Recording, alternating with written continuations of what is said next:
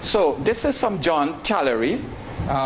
The previous attempt years ago in downscaling got down to about 25 kilometers squared. So I just wanted to illustrate that if you put 25 kilometers squared boxes down on Trinidad, you will get 3 and 3, 6 and 3, 9, maybe 12, less than 12 boxes.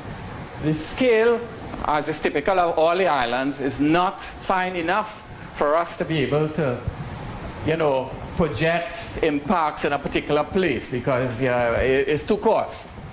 All right, that was the best we could do at the time. And I think that was run at 5Cs. And also you use Challery and Nurse, I believe? No. It was purely Precy. It was purely Precy. One model at a time. One model at a time. Okay. So although I've mentioned temperature and precipitation, there's a wide range of parameters the models generate. Jaka, how many? 306. Right, there are 306 parameters and also in layers through the atmosphere. 16 layers?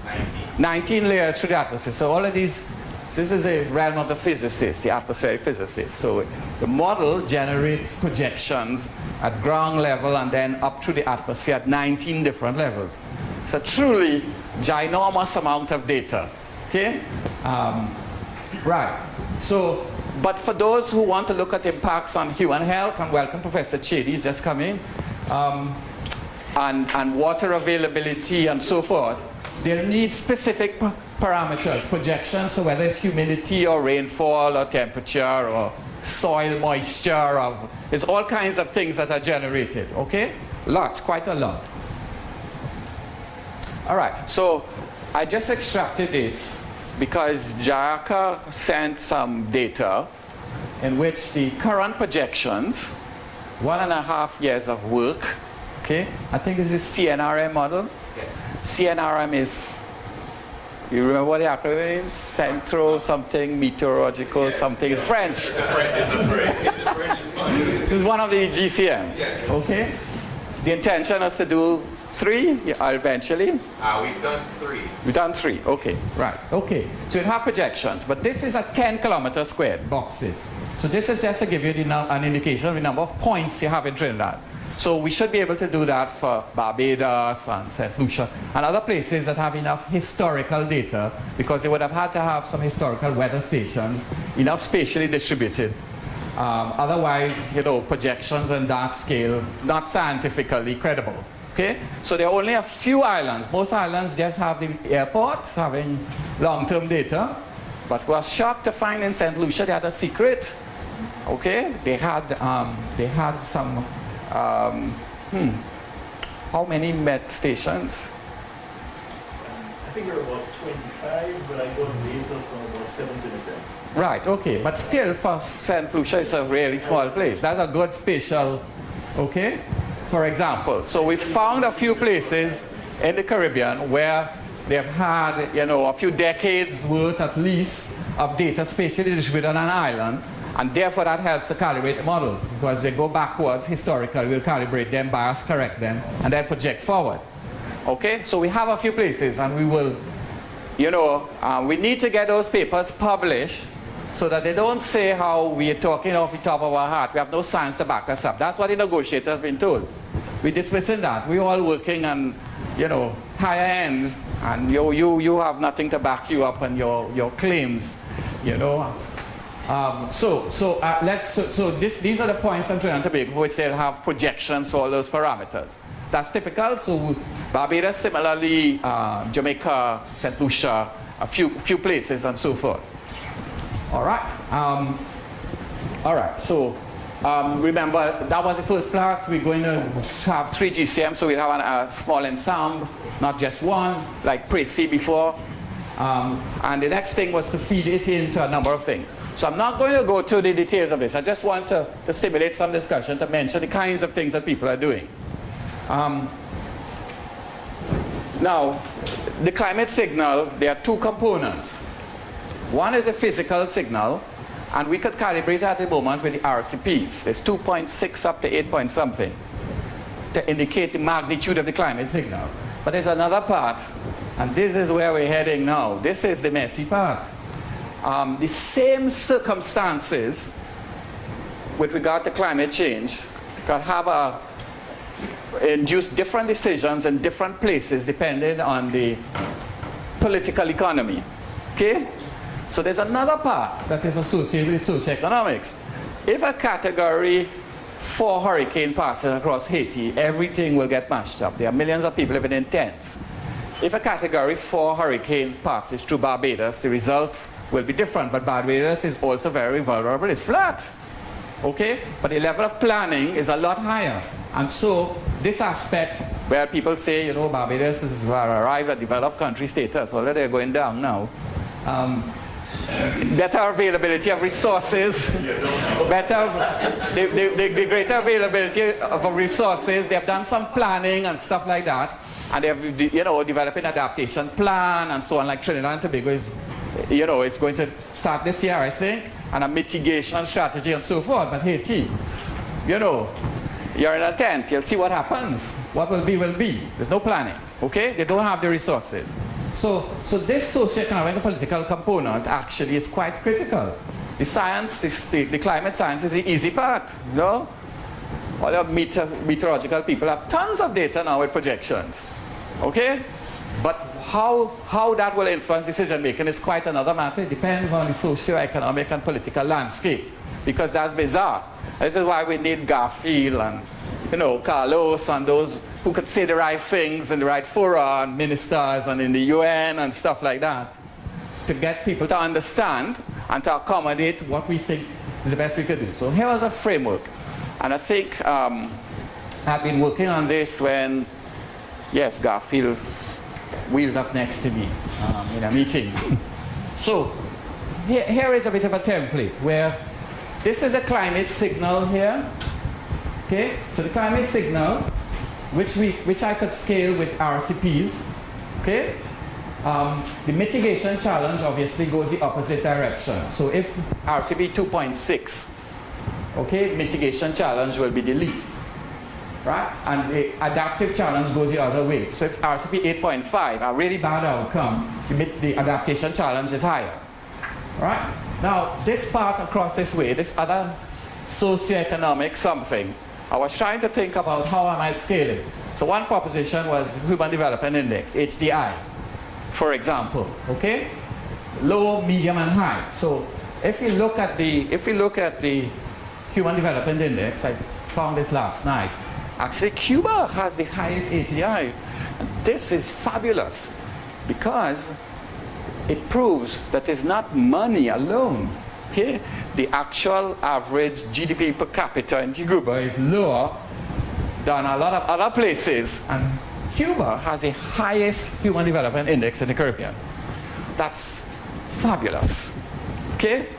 It's a range of things. Education, gender equality, there's a range of things. It's not just money. Trinidad and Tobago has money, and it's not doing so good. Okay? Bahamas, Barbados, and this is compared to the 2013 rank. So Cuba has gone up 15 places globally, Bahamas has gone down, Barbados has gone down 21. Okay? Antigua, Trinidad and Tobago, etc. Haiti down at the bottom and going down further.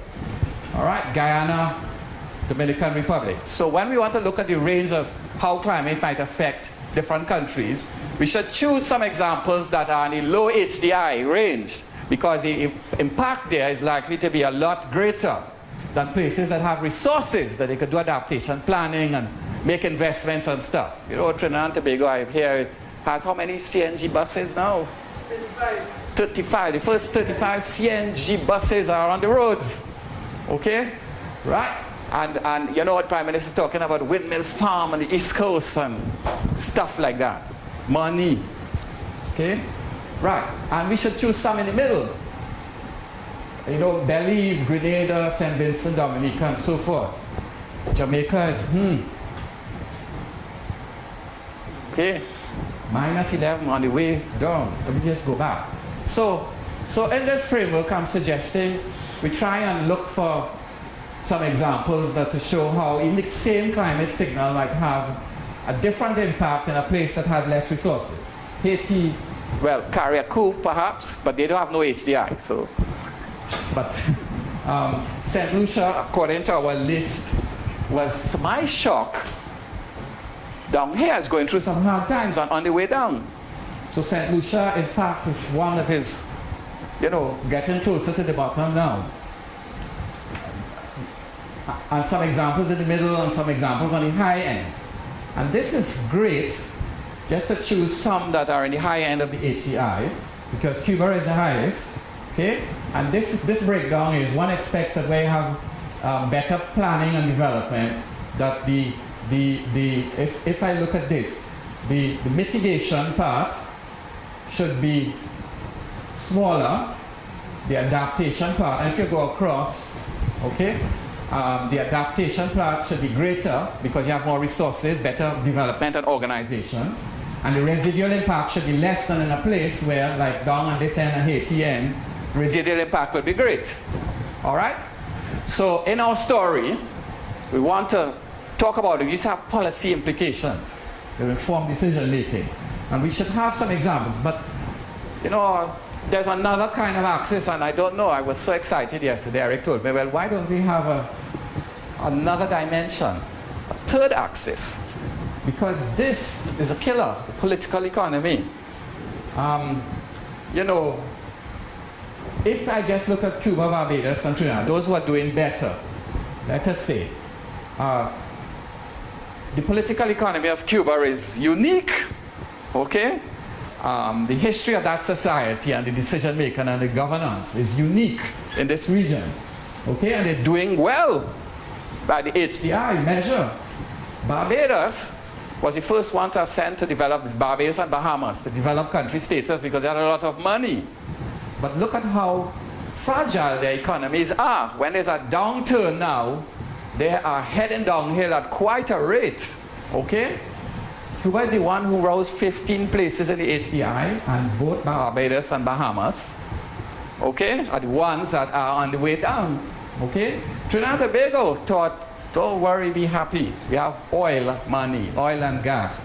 Price of oil has halved, okay? 60% now. Yeah, turmoil.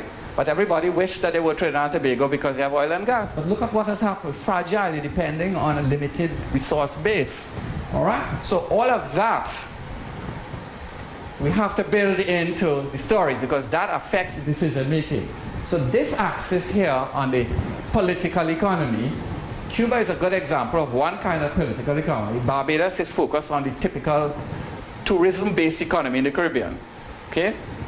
And I was given an example of how if you land in Barbados, don't get offended, eh? Anybody from Barbados? If you land in Barbados, there's a line for CARICOM residents and there's a line for foreigners. And all the immigration officers, except for one, is devoted to the CARICOM line. And everybody, the foreigners, go to the whole range. And when they deal with all the foreigners, then they let the CARICOM residents. Okay? So the emphasis is on the tourists are the basis of our economy. They should get priority. Yeah? Okay? In Trinidad, we have the largest desalination plant in the Western Hemisphere, Desalcott. And expensive water solution because we could do that because we have oil and gas.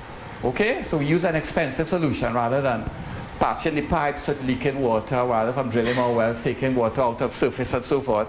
We build a fast solution because we have the money and to assure companies with plants at the industrial estates that they'll get water to cool the equipment 24 hours a day, expensive water. And if we have excess, we'll send it to the population. Industry comes first. That's the industrial economy. Okay? That's the industrial economy. So you might have high HDI, but the political economy is completely different on the way the decisions are made. And somehow or the other, we have to build that in our compelling story.